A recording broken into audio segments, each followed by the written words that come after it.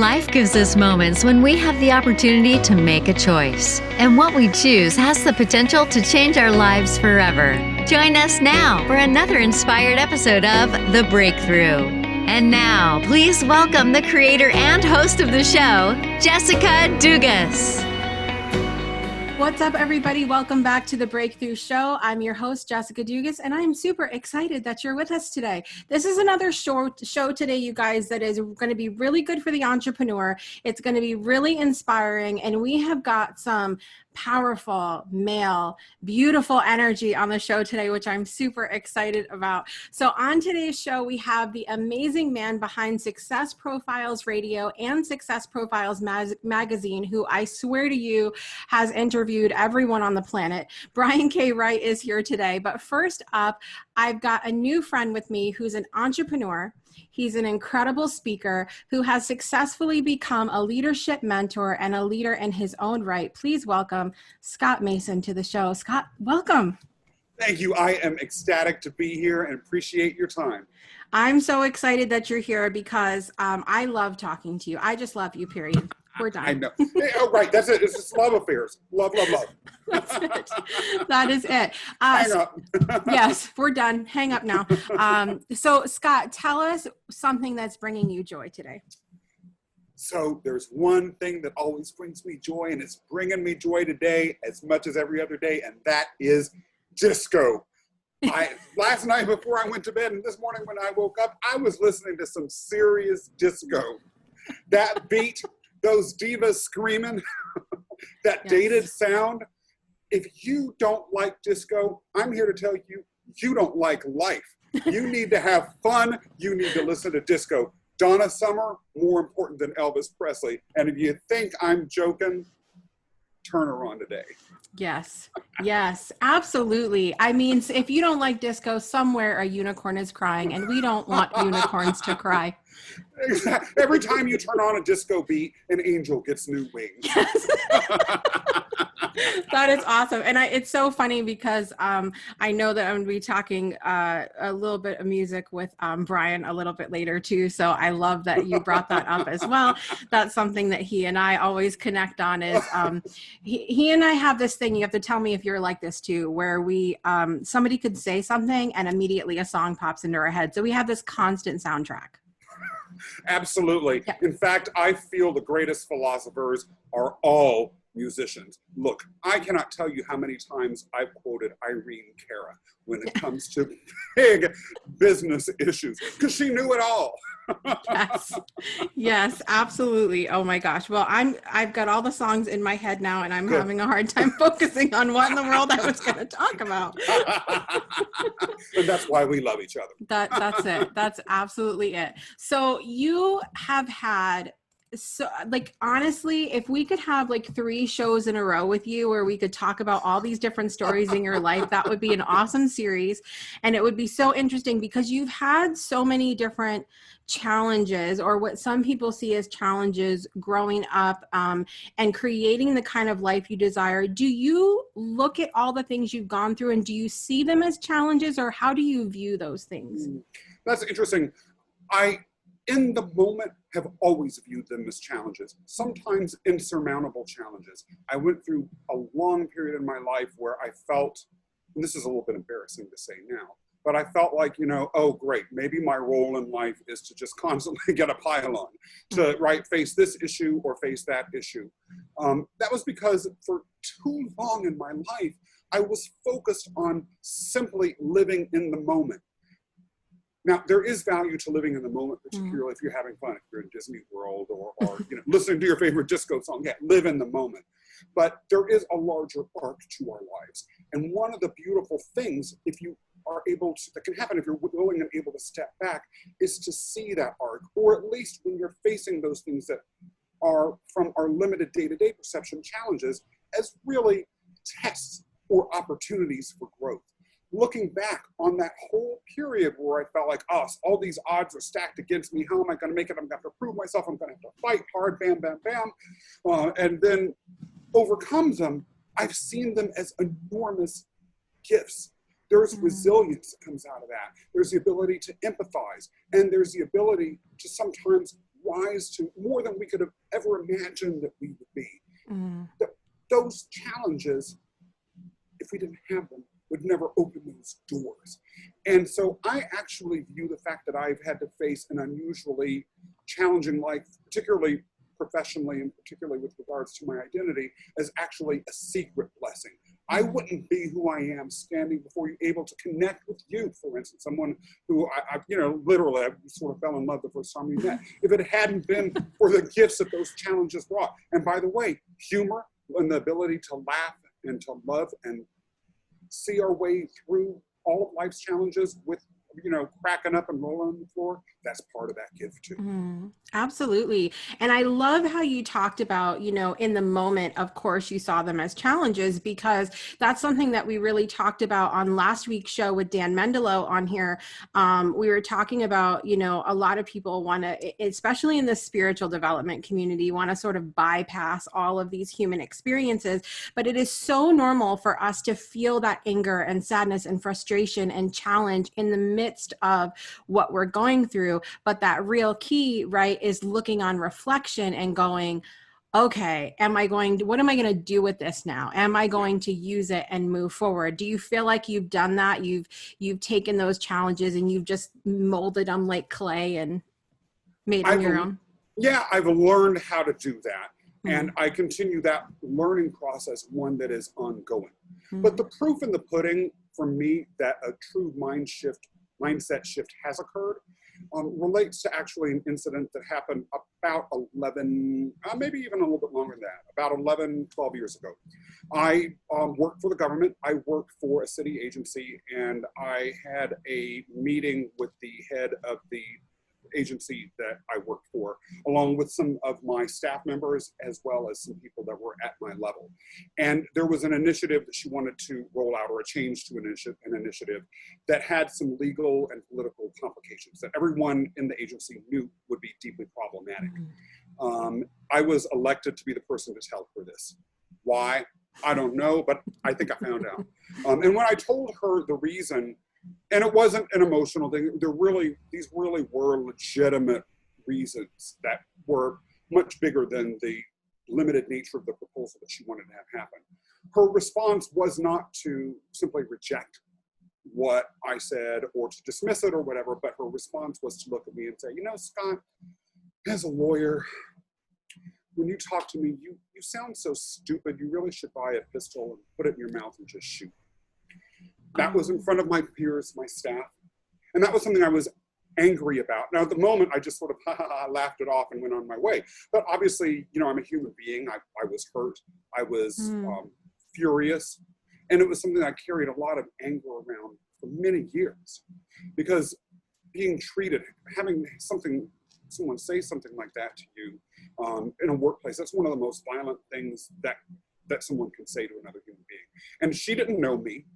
For all she knew, I might have gone home and done it.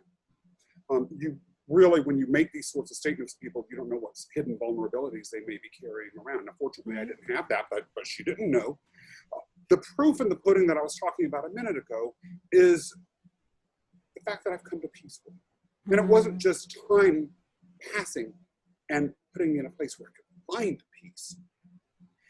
It's been understanding that incidents like that, and that incident in particular, was a pivotal turning point. It was an arrow to a door that I chose to walk down. It was one of the most, not the only and not the hardest, but one of the most singular events that I had to wrap my mind around as a matter of personal development and say, well, this bad thing happened. Do I wallow in it? Do I stay angry, red hot for the rest of my life? Do I stay a coal, or do I turn my red hot into, being a hot tamale candy and have it be something that something can get some, if not direct enjoyment out of, some meaning out of? What can I offer people from it? And the fact is, that's something that I have in my repertoire of life experiences that I use to share a message of resilience, or a message of looking beyond the day, or being able to turn yourself around something and wrap your arms around something that was painful, embrace it and hug it, and use it to motivate you to become something greater.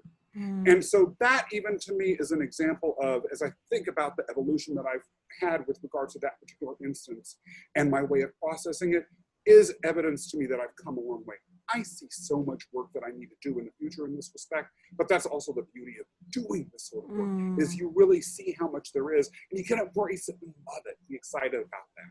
Yeah. Yeah. I mean, this is not something that I plan on talking about with this particular topic. However, I think it's really prevalent with everything right now, especially in the social media world where everybody has an opinion. And we've had so many hot button topics this year already, and we're not even to November yet, people. So many. Far from it.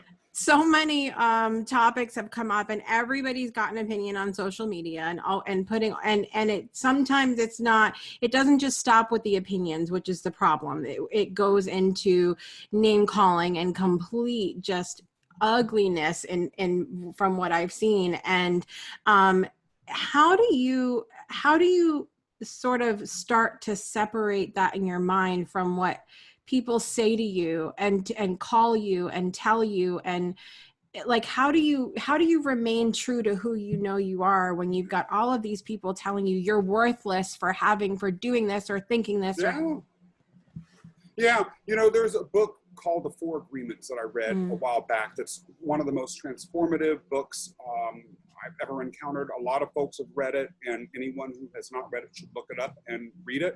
One of the things that author has pointed out that I've chosen to truly internalize and make a mantra, because it works for me at least, is understanding it's not about you.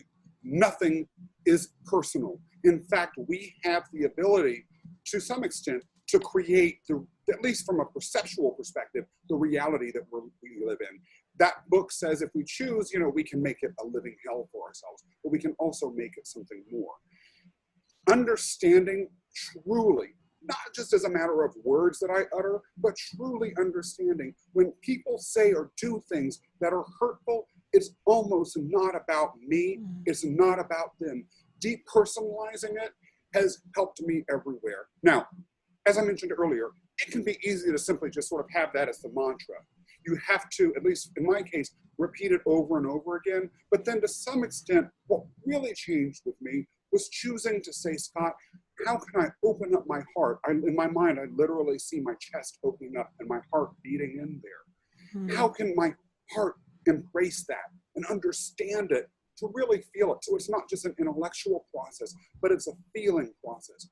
On some level, that woman who told me that, she has to be held accountable and responsible for the words that came out of her mouth, but she clearly had some trouble with her heart. Her mind wasn't coming from a place of, okay, this person is trying to help me.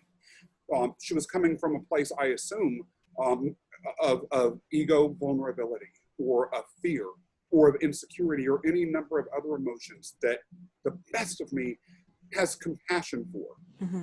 Transforming that, depersonalizing it, and saying, well, what might be really causing that? That's not about me. Now, sometimes, of course, if I break the law and I get arrested, that is about me. I shouldn't have done it.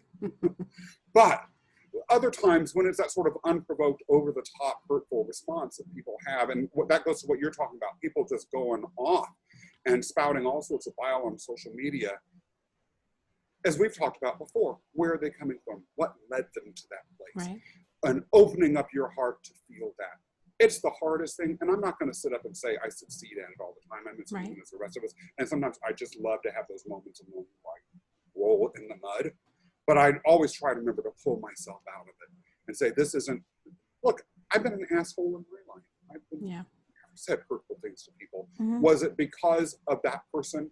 Almost invariably not. It's because of some vulnerability, weakness, lack of discipline, or even lack of emotional intelligence that I had that put me in a position where that was the only way I knew how to behave. I feel lucky, thanks to these obstacles that we talked about earlier, that I've had the chance to grow out of it. Right.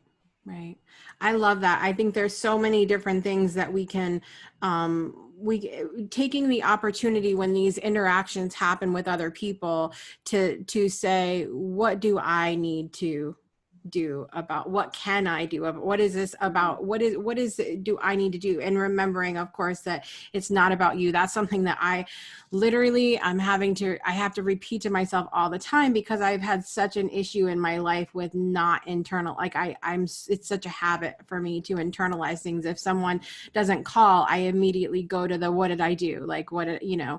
and so it really has been such a life journey for me to at least to be aware of it. And I'm not going to say to not do it, because I still have those moments. Like you said, we're human. But to be aware of it and to shift it, instead of going down the rabbit hole of, oh God, I'm such a horrible person, and just falling down there. I want to hear some more from you. I want to talk about, you're going to tell us a story about a bicycle, which we're going to talk, but I want to take a break. We're going to talk to Brian, and we're going to come back and talk about the bicycle and everything you're up to. All right. Love it.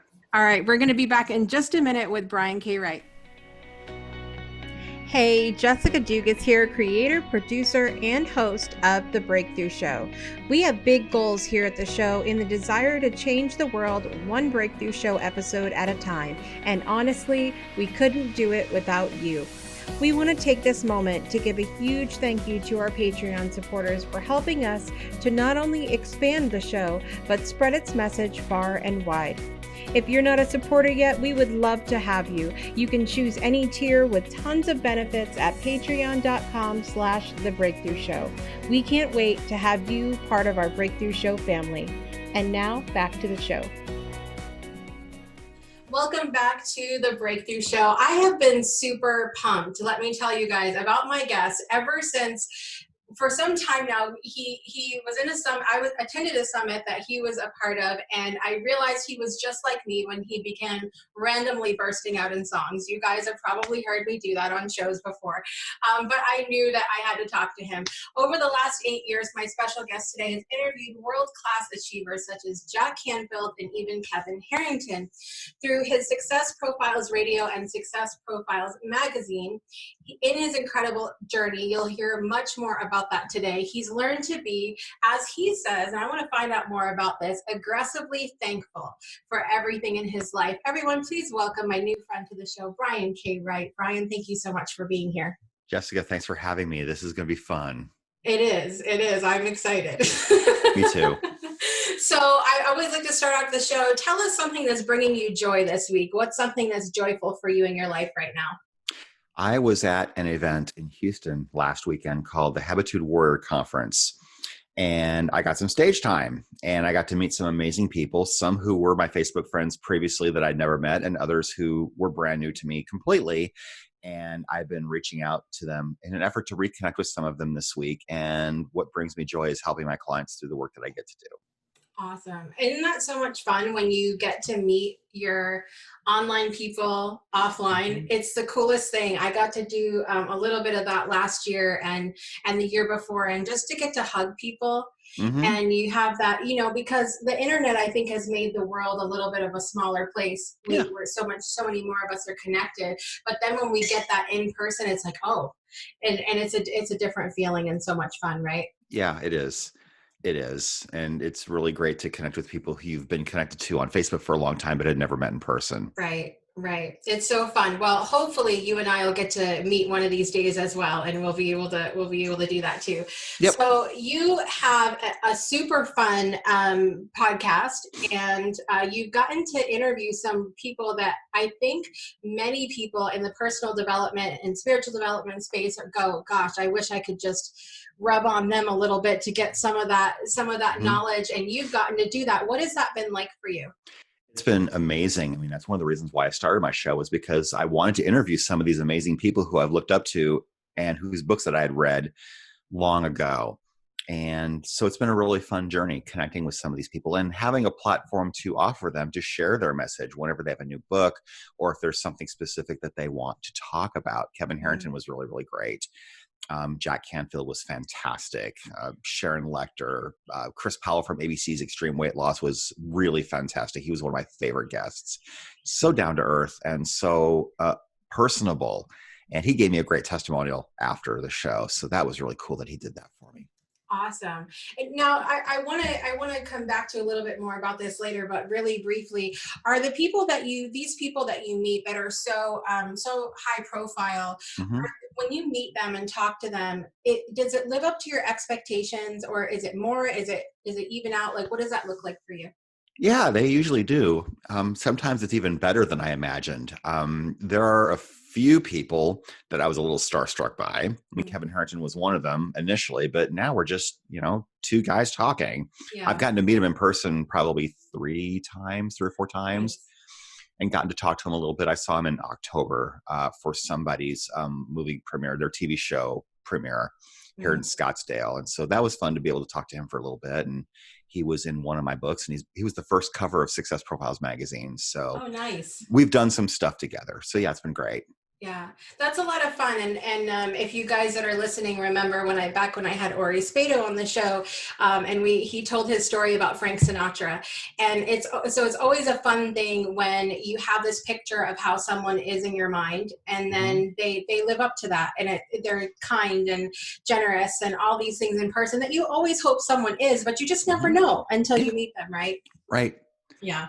So you didn't always do what you're doing now with the radio show and the magazine. So tell us a little bit about Brian before all of this stuff. Yeah. Brian was a teacher before this. Oh, Yes. were you a music teacher, Brian?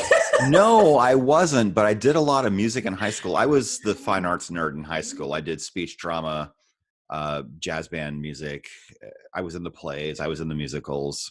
So we did Annie Get Your Gun when I was a freshman. I got to play Sitting Bull. So I was one of the leads with all these seniors. That blew my mind. I went to a small school, and then we did The Sound of Music when I was a junior. Then we did a spring play every year, which were not musicals. Now, But have you seen the show Encore that's on Disney Plus? I have no, wait, no. I thought you said Entourage for a second. No, I've not seen Encore. No, Encore, they take they go back and they pull together the cast from a musical when they were in high school. Now it's been like 20 years, 30 years, almost 50 years for one of them, and they come together and they redo a musical. Would you do something like that if they asked you to do it? Sure, I'd be open to that. I mean, it takes a just lot of sounds work. like fun. Yeah. Yeah. Well, they have to pull it together in 6 days. Oh, wow. Like redo their parts and dance and sing. And some of these people are like, listen, my body doesn't move like that anymore. No, it doesn't. I'm guessing somebody else would have to direct it because the lady who directed it, I don't know if she's with us anymore. Yeah, they have some celebrity directors and stuff come in from Broadway, which is a lot of fun, and choreographers and voice coaches and all of that. So it's really cool. And at times they've had people come back on that have played those roles on Broadway to actually coach them in the roles too, which is, Wow. I just keep thinking about that, like, because of all the musicals I did in school too, would I go back if they asked me to? Because I can't move like that anymore. I think Rent would be a fun show to do. Yes. That would be fun. That'd be really fun. And if there was a strong female lead, I think Hairspray would be a fun one to do too. Yes, that would be good. I was just looking up something the other day about Ricki Lake and was reminded that she was in a musical too, 100 years ago, it feels like now, but Grease would be awesome. Grease would be fun. Yeah, there'd be a lot of good ones. So you're doing musicals and everything else, and tell us, keep going with your story. I interrupted because I was just like, that would be fun to know. Yeah, that's awesome.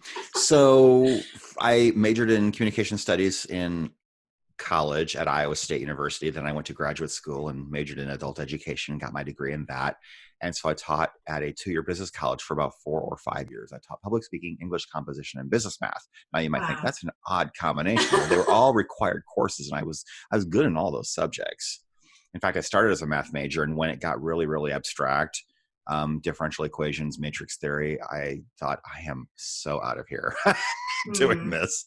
It was hard, really hard. And I had an instructor, one of the instructors in the speech department. I was on the speech team at the time. She said, if you're getting B's and C's in your major, that's probably not a really great sign that that's where you need to be, because it should be easy, I'm like, gosh, you're right. It should be. So I changed my major to communication studies and I sailed through the rest of the core curriculum. It was really great. Yeah. But I taught at college for a while. Mm. And it was really fun, helping people overcome their fears of speaking. And so a lot of people don't like math and a lot of people don't like to write, but helping people learn something and overcome something that they're afraid of was really fun for me. And so I did that.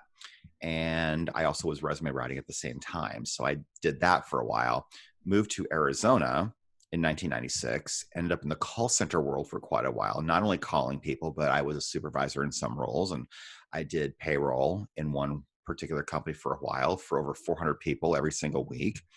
And I was the trainer in a couple of different companies. And those roles were usually created specifically for me because they said, Brian, you have to teach other people how you're doing this because you're just blazing through this. So I did, and it was fun. And eventually I ended up doing my radio show. And I started that while I was still in a job. And so not really knowing exactly what I wanted this to look like in terms of running a business, I just knew that this was something that would be fun.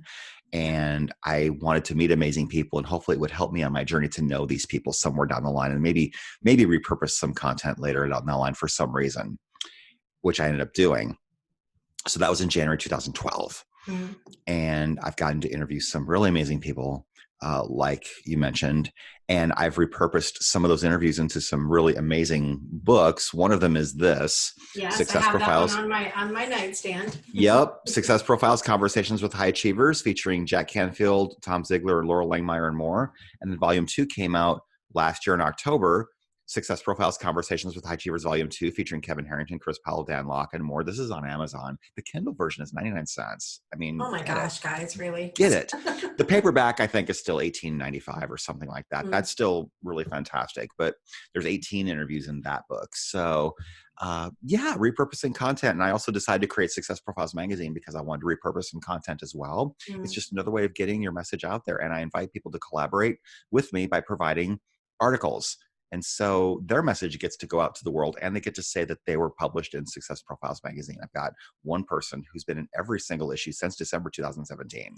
I think I know who that is. I think I may have interviewed him. Yes, I just had him on. Amazing. He's great.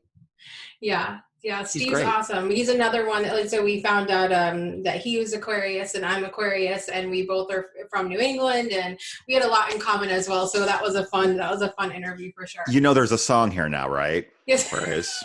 Yes, here we go. Well, I'm a Taurus. That's what my husband is. Well, there you go. It's an interesting combination because I have a friend of mine who's also an Aquarius, and their husband is also a Taurus, and so we compare notes a lot. We're like, what is going on here? How are we doing? It's a lot of fun. He's probably very protective of you. Mm-hmm. Yeah. He's Taurus. Very much the rock, because all 6 of my children are air signs too. So we're a run for his money. Yeah. He's literally the rock. But so you're doing all of these amazing things, and I have to get the other paperback. I can't just buy the 90 because I have to match it with my other. Right. I prefer the paperback versions too. I mean, I do have PDF and ebook versions of some books, but it's not the same. I have to physically hold it in my hand. Yeah, that's for magic. sure. Especially when you know the person, I love to have that physical. Like I know them and this is their work, and it feels really good to have that. So you're doing the radio show and the magazine, and you had a hiccup in your life. Something happened. Tell us a little bit about that. I had a life-threatening illness in early 2014. In fact, I can trace it back to very late 2013, where I just started feeling really lethargic and didn't have energy and wanted to sleep all the time. There were days where I left work early because I just couldn't get through the day, and I just didn't know what was going on. And this continued for a while. And then I started feeling really run down and really sick in late January 2014. Now, fortunately, my parents were in Arizona for the winter because they're retired and they're snowbirds, and they like to come down to Arizona every other year. Then they go to Florida on the opposite years because my uncle lives over there. And so I called both of my parents one day that was the day after I had a hard time getting through a show. I did a show on Monday that week, the last week of January, second to last week in January, whatever it was. And it took every ounce of energy I had just to get through the show. And this is with my guests doing 80 or 90% of the talking, because it's an interview style show just like this. And I went straight to bed at 5 o'clock after I got done. I woke up the next morning still feeling run down. I left voicemails with both of my parents saying, this is the 5th day in a row that I'm not feeling right. I don't have any energy, no appetite. And Dad called me back first and said, would you like us to take you to a doctor? I said, that would actually be a really great idea. So there was an urgent care out where they were staying. Went to urgent care. They prescribed the Z-Pak, assuming that I had the flu. Yeah. And they insisted that I stay with them in their RV until I got better. Well, 3 days later on Friday, we woke up, had breakfast. I had half a strip of bacon. I said, I'm full. That's all I could eat. And Dad said, this is not right. You need to go back to the doctor. Well, long story. And I drove to the doctor. Mom was in the passenger seat with me. Wow. I drove and I made it to the urgent care, which was only about a mile away. And the next thing I knew, I was in the room with the doctor and my mom. And I'm thinking, how did you get in this room? I didn't remember anything. Wow. And all I remember the doctor saying is, he's not answering any of my questions in complete sentences. He's really incoherent. We need to get an ambulance and get him to the hospital now. Mom and I looked at each other like, what? Really? So they put me in a stretcher and put me in an ambulance, went to the nearest hospital, which was about 10 or 15 miles away, 10 miles away, I think. I remember being in the ER and the doctor said, I don't know if we're treating you for the flu, pneumonia, or whatever else, but we're going to run some tests. You're going to be here a while. I'm like, oh, a while. Does that mean a few hours? Yeah. No, a few days, few weeks, maybe longer. And she mentioned ICU. So I thought, okay, this must be serious. And I had never been in the hospital before. Wow. And so I asked my dad much later how long I was in the ER, and he said 6 hours. I said, it felt like 45 minutes. They didn't have a room for me. They had to wait for a room to clear up and, clean up. So I was in ICU, and what the diagnosis was swine flu virus and pneumonia. I had the H1N1 swine flu virus. Wow. And I almost died. I was told much later that it was life-threatening. And the doctor in the ER had told me, we may have to put you on a ventilator. I said, what does that mean? Well, we'd stick a tube down your throat and the machine would breathe for you. She didn't say life support, thank goodness. I would have freaked. I mean, you hear the words life support, that means something completely different, but I said, I don't want to go on a ventilator. Well, you might have to. In fact, the nurse who told me that I almost died said, we voted on whether to put you on a ventilator or not. And we decided to give you one more day to see if you showed any improvement. And I did. Wow. So I never had to go on the ventilator. In fact, the nurse later told me, you are our miracle patient. I said, why is that? We've got a number of people in here with swine flu. You were the only one that did not have to go on a ventilator. I'm like, wow, that's crazy. But as I was laying in the hospital, I started thinking about reading the transcripts to 2 of my radio show episodes that I had done. And interestingly enough, both of them were interviews with people, with guys who had been in the hospital for life-threatening situations. One was in a car accident, and one was in his 3rd bout with leukemia. They were both told they might not live and or might not ever walk again. And they both rejected that idea and focused on what they were going to do to impact the world once they were out of the hospital. Yes. So I thought, okay, God, I don't know why you had me read only those 2 transcripts of the show, but clearly there was a reason why. And so I started thinking about all the things I wanted to do when I got out. I wanted to continue doing my radio show. I wanted to start speaking on stages a little bit more often. The magazine wasn't a thing yet. Ghostwriting books for people wasn't a thing yet, but I wanted to impact the world a bigger way. And perhaps the most important thing of all, I wanted to go home and play with the dog again. She was only 2 years old at the time, and she's 8 now. But yeah, I wanted to go home and play with the dog. So I gave myself a lot of reasons to recover. Yeah. And dying never occurred to me. That never occurred to me. I just knew that I was going to get better. No one told me that it was life-threatening until it was very clear that I was going to get out of it. It's interesting because so many people's situations, they'll be told that. They'll be told that it's life-threatening, and then that gets in their head, and it's a downward spiral from there. So I'm really surprised that was your experience, that they didn't actually tell you until later. I think that was probably very lucky for you that they did that. Yeah, that was very, very good that they did that. And they did everything they could to make me comfortable. Uh, they put in a catheter. That was not fun. That was not amazing. Yeah. But I mean, I couldn't get up out of bed to go to the bathroom because I was physically weak. In fact, there were times where my parents had to cut my food for me. They would come see me every day in the hospital and spend a few hours with me. And they were there during meal times. And one day Dad was cutting my food and said, "I haven't done this for you in many years." I said, "I know. I know." You think? Yeah. How long But did you end up being in there for? I was in the hospital for 14 days. Oh, okay. Eight of those days were in the ICU. They wanted to move me on the 8th day, but there wasn't a private room available outside of ICU. And so I had to wait an extra day for a room. But when I got to the extra room, it occurred to me, I'm going to get out of here. If I'm not in ICU anymore, that must mean I'm getting better. Mm. So anytime a doctor or nurse came in the room and asked me how I was doing today, I would say, "I'm going home soon." Yeah. I would just start speaking it out loud. "I'm going home soon." My lung doctor said, "We'll see." I mean, she was not a joy to talk to and work with at all. Yeah. So I realized We've had this a choice. conversation several times on the show when we've talked about medical things, and it's just one of those professions that it's very clear that some people were meant to do that job and other people are not in it for the joy of it. In fact, I graduated away from the mask, the breathing machine mask, to a canalia. So it just hooks up under your nose and it's a tube that runs from the machine. And then there's the monitor. Well, anyway, one day the respiratory therapist, the lung doctor wanted to put me back on the mask. I'm like, "Why?" And she had an issue with the fact that I was even questioning it. In fact, I was told later by a nurse that doctor put in the notes that you were refusing treatment. I'm like, I did not refuse treatment. I just asked her why she wanted me to go back to something that I'd graduated from when my oxygen numbers were completely fine. Right. I just was asking why. I wasn't rejecting treatment. Yeah. In fact, much later that same day, the respiratory therapist came and took that machine away. And I said, "Why are you taking it away?" And he said, "Somebody else needs it more than you do." I'm like, "Okay." Yeah. But anyway, you find out who your cheerleaders are, and Absolutely. you don't share things with people who are not your cheerleaders because they want to see you fail or they just don't care.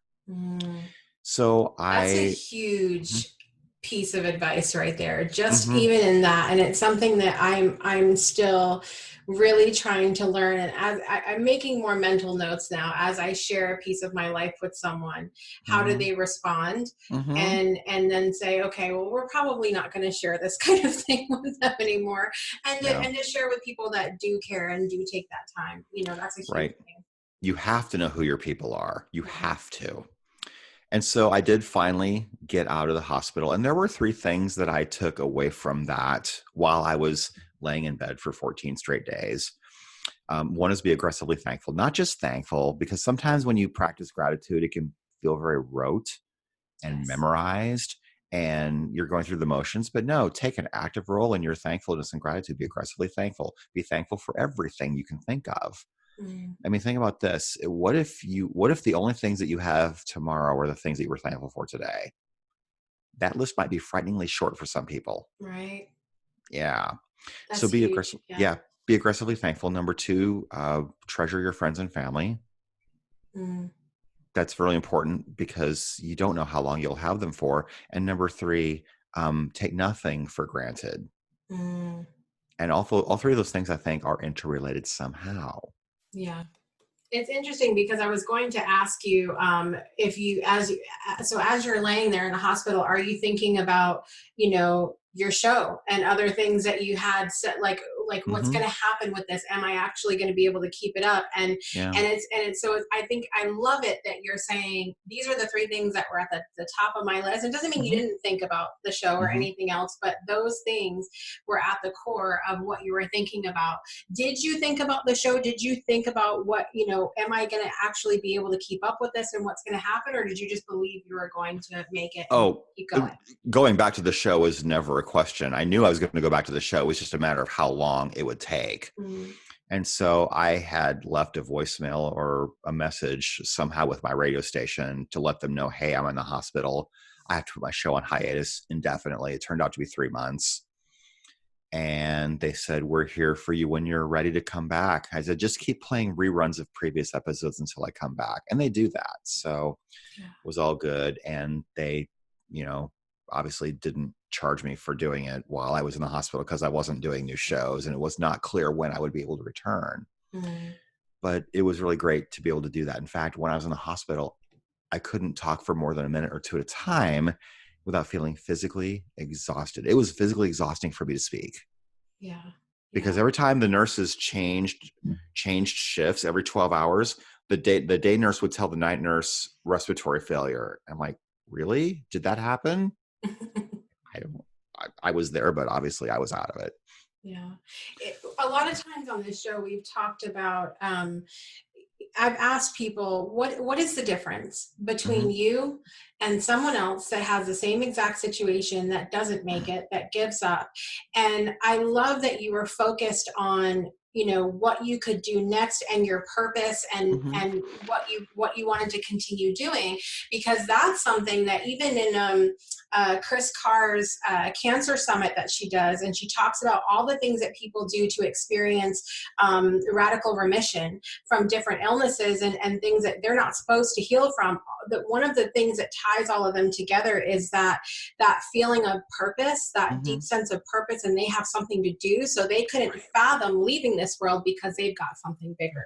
Right. And it's all about giving yourself something to look forward to next. Mm-hmm. I think people that give up feel like they have nothing to look forward to. They don't have a sense of purpose anymore. They don't feel like they belong. They may feel like no one will miss them if they're gone. If you feel mm-hmm. that way, I really encourage you to watch It's a Wonderful Life. Mm-hmm. Yeah, that's a good one to go back mm-hmm. to. Yeah. It is. It's really, it's fun to think about how much more has happened in your life because you did push through, because you did. And what are some of the things you've learned since that time that you, like, I know you were talking about gratitude and not taking things for granted and all of mm-hmm. that. Was there anything else that you've learned as time has gone on, looking back on that situation? If I can get through that, I can get through just about anything. Mm-hmm. You have to give yourself anchor moments. Now, that one was given to me, not by my choice. Mm-hmm. But I did have another anchor moment that was my choice. Believe it or not, 20 years ago, I went skydiving twice on purpose. Oh my gosh. I will not do it again. I'm done. I mean, it was a bucket list item and I did it and now I'm done. Mm-hmm. But I did it not only for the thrill of being able to say that I jumped out of an airplane and lived through it, but I wanted to be able to tell myself, if I can do that, I can do anything. Yeah. I like the idea of that, of thinking back on things and saying those words, if I can do that, I can do anything, and giving yourself those things to anchor moments, as you said, mm-hmm. those things to hang on to. I love that. Mm-hmm. So what have you been up to lately? Tell us about what's been going on in your world and what you've been, because you're so energetic now. It's so hard for me to think about a time when you haven't been like this. Oh yeah, absolutely. Well, I would say, pardon me, I've been working on my magazine, Success Profiles Magazine. And that's a monthly publication. The March issue is going to feature John Lee Dumas, whose show is Entrepreneurs on Fire. Over 1 million listeners a month. Nice. Yeah. I interviewed him. That was great. And that episode was released on my radio show just a few days ago. And I'm repurposing that into a feature article for my magazine. So I'm finishing that. I've got a couple of clients that I'm ghostwriting books for. And I hosted an online summit back in January, which you attended. Thank you. I did. Called Authorpreneur Live. And it was 2.0. And people ask me, why is it 2.0? Because I did it before. I mean, let's not make this hard.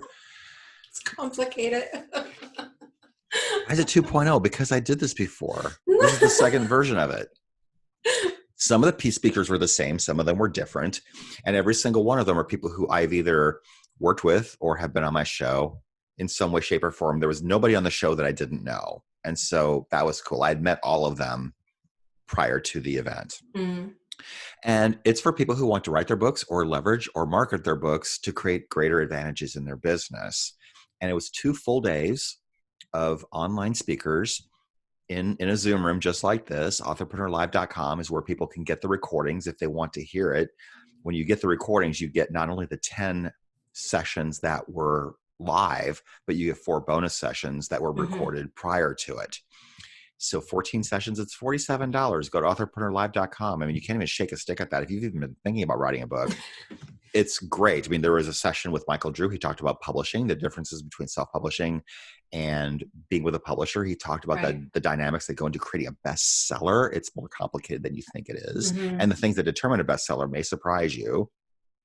Debbie Allen was a guest of mine. She went through a very big launch with a big promoter, big publisher, Authorpreneur Press. And so she talked about what that launch was like and creating her book. Arlene Gale talked about writing press releases and book proposals. If you are looking to go with a publisher, they're going to ask you for one. How do you do it? What goes in a book proposal? What doesn't? And how far along does your book need to be before you start writing a proposal? Because they'll ask you for some evidence that you started, or at the very least, an idea that is compelling enough to continue. Scott Aaron talked about how to use LinkedIn to generate leads and sales for your business, whether it's for your book or not. Marquel Russell talked about creating a coaching program based on your expertise where you can earn thousands of dollars a month.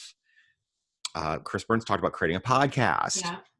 And that was a really excellent session. If you've got expertise, then you need to be doing something every week or every couple days to get yourself out there and get your message out to the world in a bigger way. Yeah. Steve Gamlin talked about vision boards and how you can use vision boards to manifest your goals.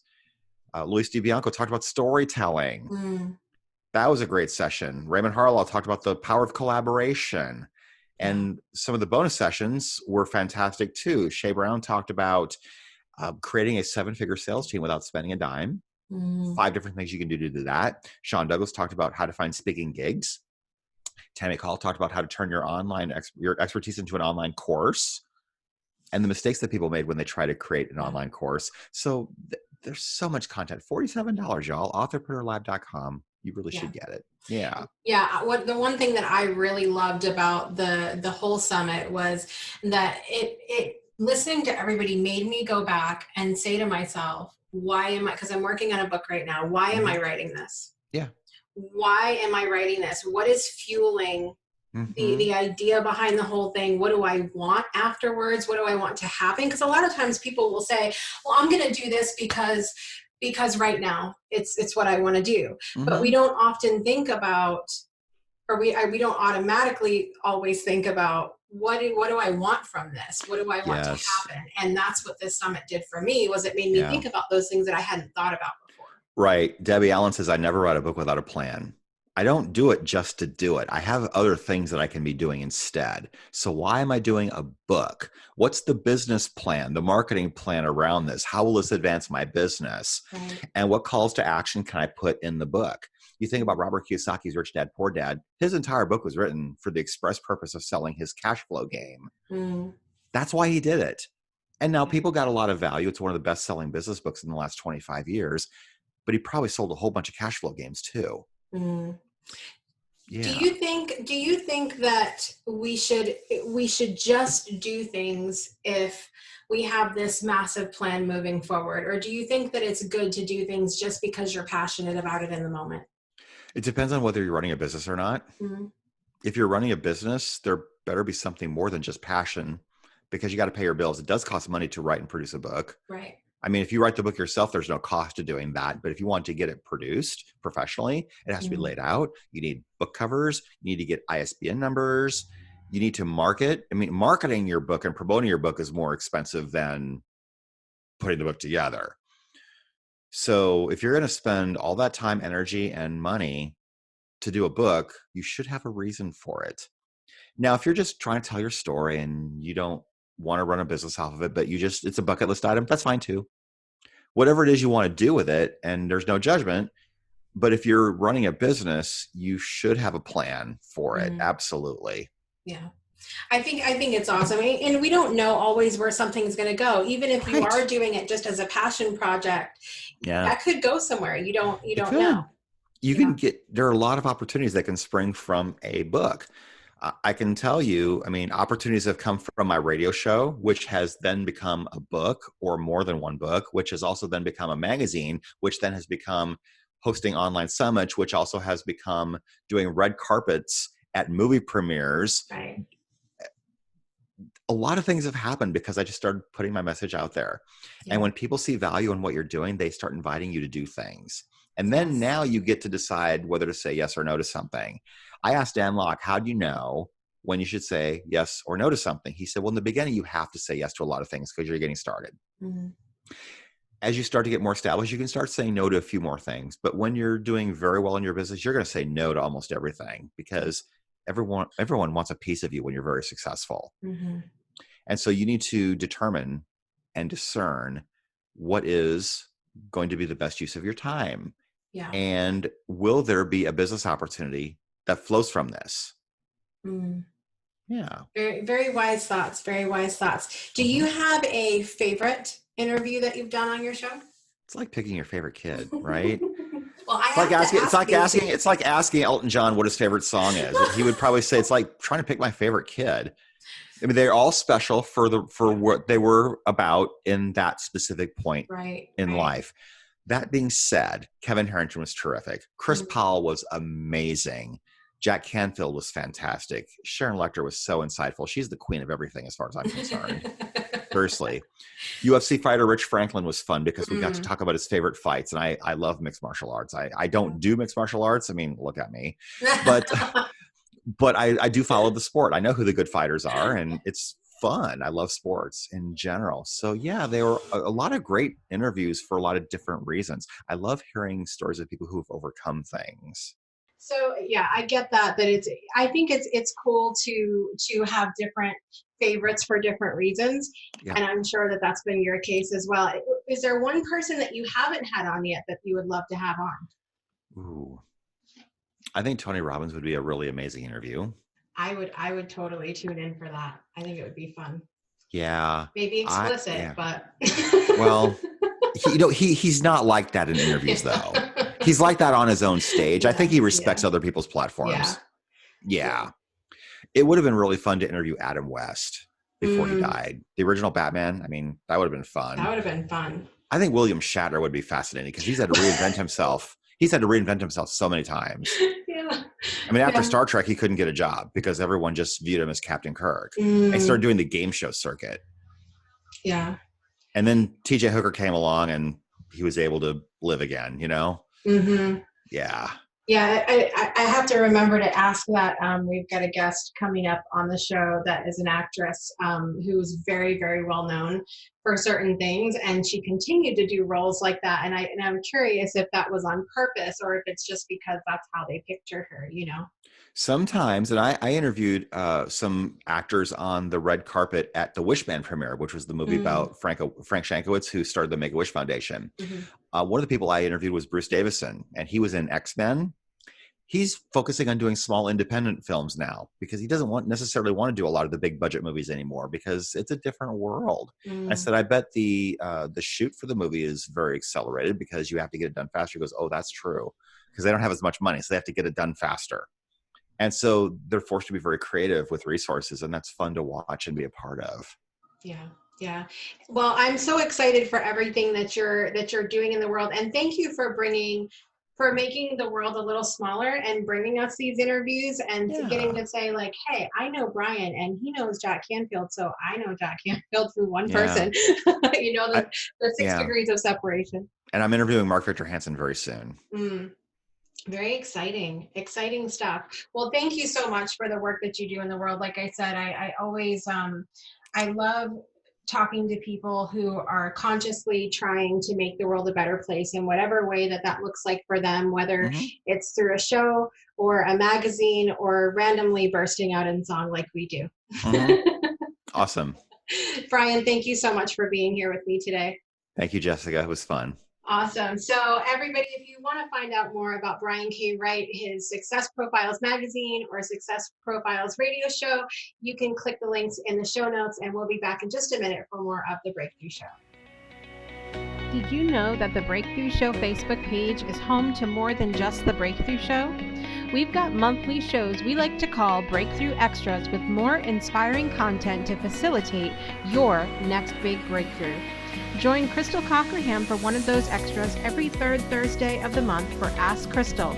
During this live show, you'll be able to call into the provided number or use the comment section of the video to ask Crystal to chime in and provide guidance on topics like transformation, the divine feminine, the sacred masculine, personal development, spiritual development, and so much more.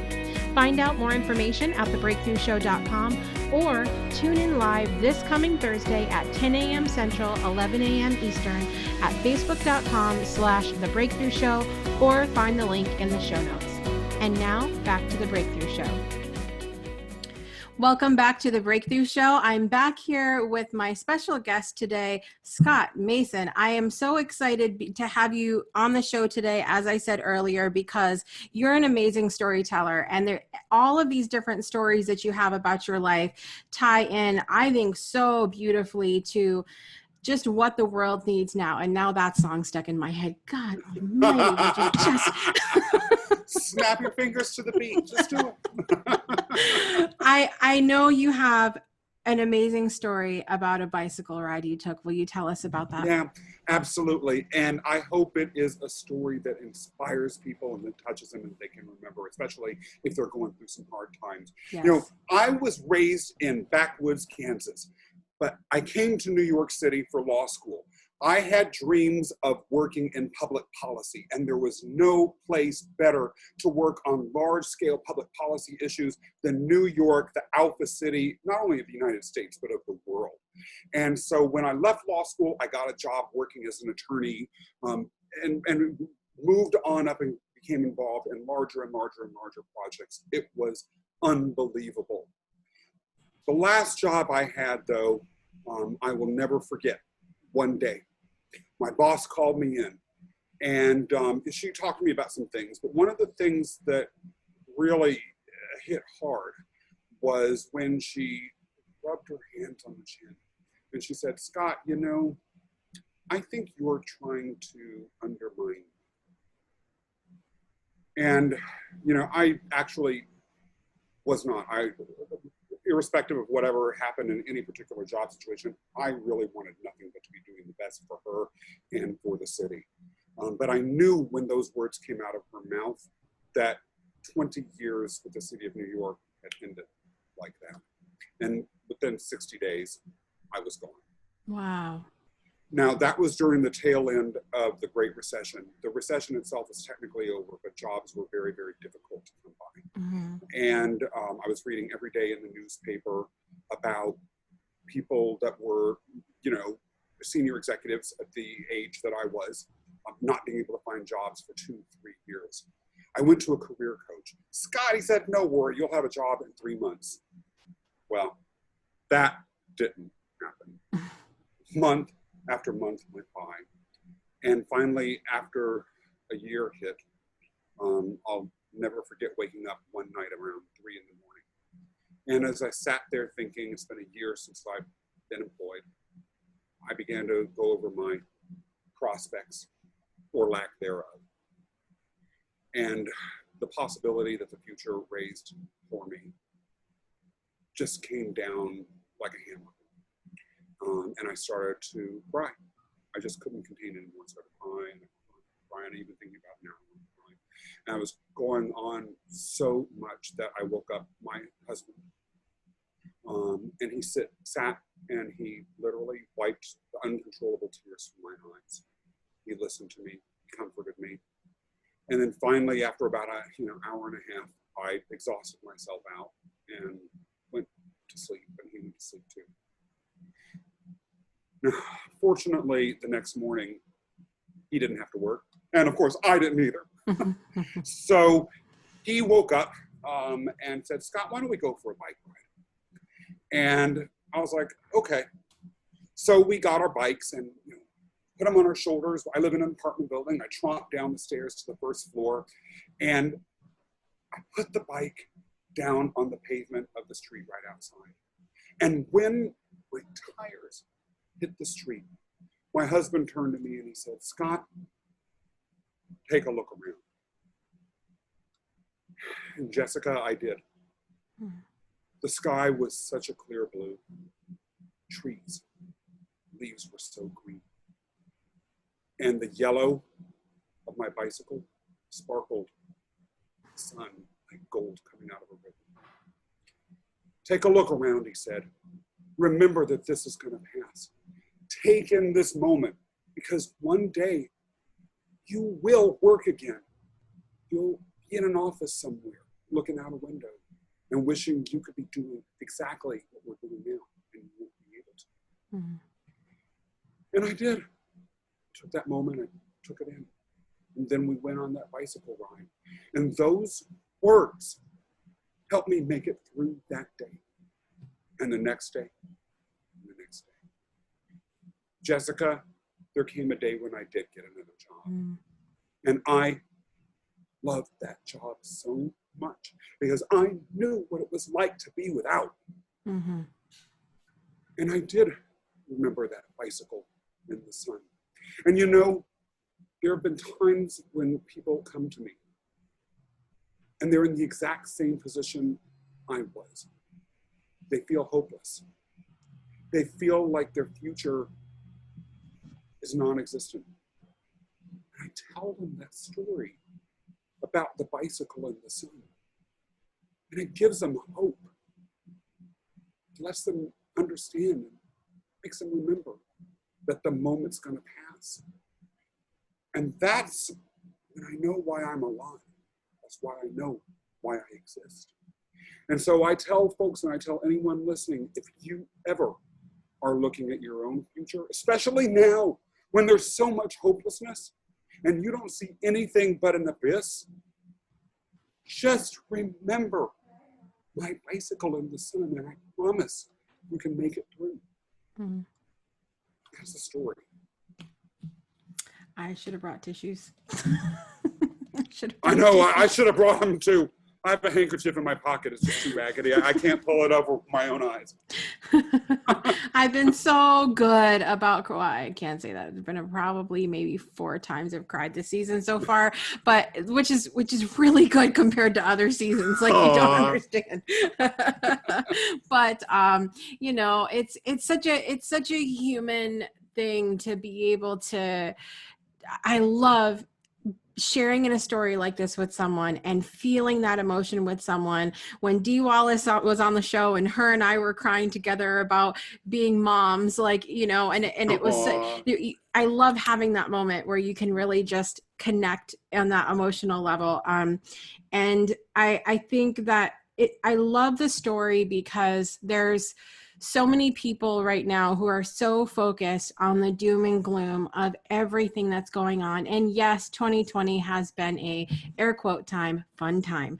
But if you can't find anything, I mean, just look for the things that maybe we take for granted. Like you said, like the bike glistening in the sun and the blue sky and something, right? Yeah. They mean more than we can imagine. When we look back on them, I'll never forget that gold sparkle and that yellow light or the leaves that day. It's something I'll treasure, maybe one of the last memories that I ever have, you know, as I'm fading off into the sunset of my life, you know. And if that's the last thing that I remember and my husband's words, then I'll die, you know, very happy. But I certainly will treasure it a lot. And I hope other people do. Yes, I know they will. I know they're going to listen to this and I'll have to give some kind of like tissue warning in the show notes or something. Like, I don't know. That's what I'll have to do. I thank you so much for sharing stories today and for being the inspiration that you are. I love it. I love it. I love you. And tell everybody what you've got going on and where they can find you, Scott. So my website is www.speakerscott.com.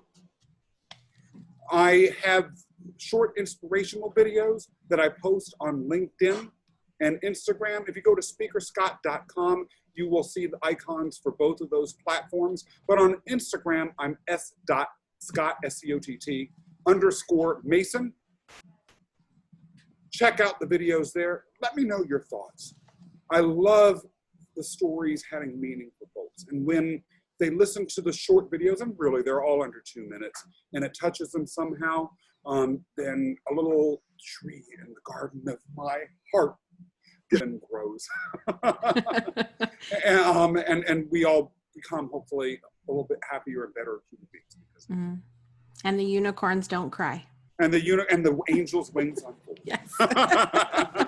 Absolutely. Scott, thank you so much. You're thank amazing. you, Jessica. You are a true delight and a gift to this world. Thank you so much. It's been a pleasure having you here, and I can't wait to have you back on another time. It'd be so much fun. Oh, we are going to have a blast. Absolutely. All right, guys, I want to give a huge thank you to my guests today, Brian K. Wright and also Scott Mason. Amazing men doing amazing things in the world. So exciting to have them here today. Up next week on The Breakthrough Show, we brought these amazing, successful men on the show today. And next week, the ladies are taking over the screen as I welcome my friend and relationship expert, Haley Halleck, and we'll meet a mompreneur raising kidpreneurs that I met by eating granola one day. You have to hear this story. My new friend Sylvia Tam will be here to talk about all of that and more, so you don't want to miss the incredible show we have coming up for you next week. Until then, thank you so much for joining us today. Please take a moment to rate, subscribe, comment, and share where available. And until next week, make today a great day for a breakthrough. We'll see you next time.